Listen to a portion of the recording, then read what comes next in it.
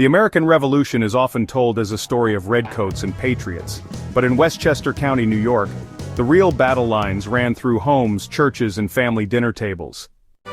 Judge Jonathan Fowler was a respected figure, a loyalist, a man who believed that peace with Britain could preserve the order he'd helped build. But in 1775 the Revolution had other ideas.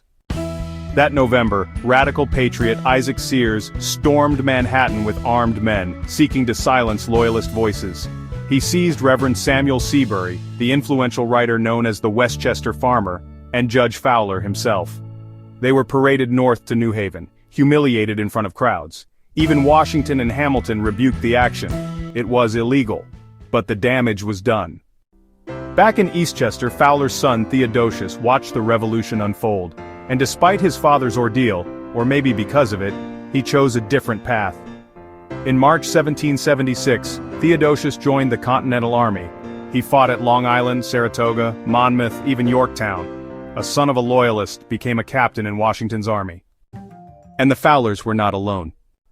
Just down the road, the Ward family faced its own reckoning.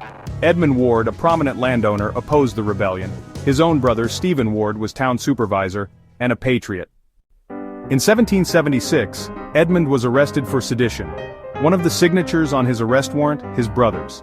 He escaped prison a year later and fled to British-controlled New York City, but his property was confiscated.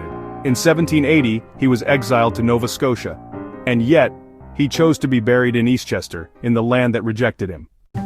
These weren't isolated dramas, they were symptoms of a deeper fracture, a civil war within a war for independence. Near the Ward House in 1777, another chapter was written. Captain Samuel Crawford, a patriot and local leader, was ambushed and killed while defending Westchester from Loyalist raids. Just a year earlier, he had helped second New York's motion for independence. These fields, these homes, these families, bore the weight of history. Judge Fowler died in 1787, buried at St. Paul's Church.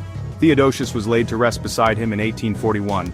Father and son, once divided by revolution, finally reunited in death. The past whispers through the stones of Eastchester's old graveyards. Stories of conviction, betrayal, sacrifice were in reconciliation.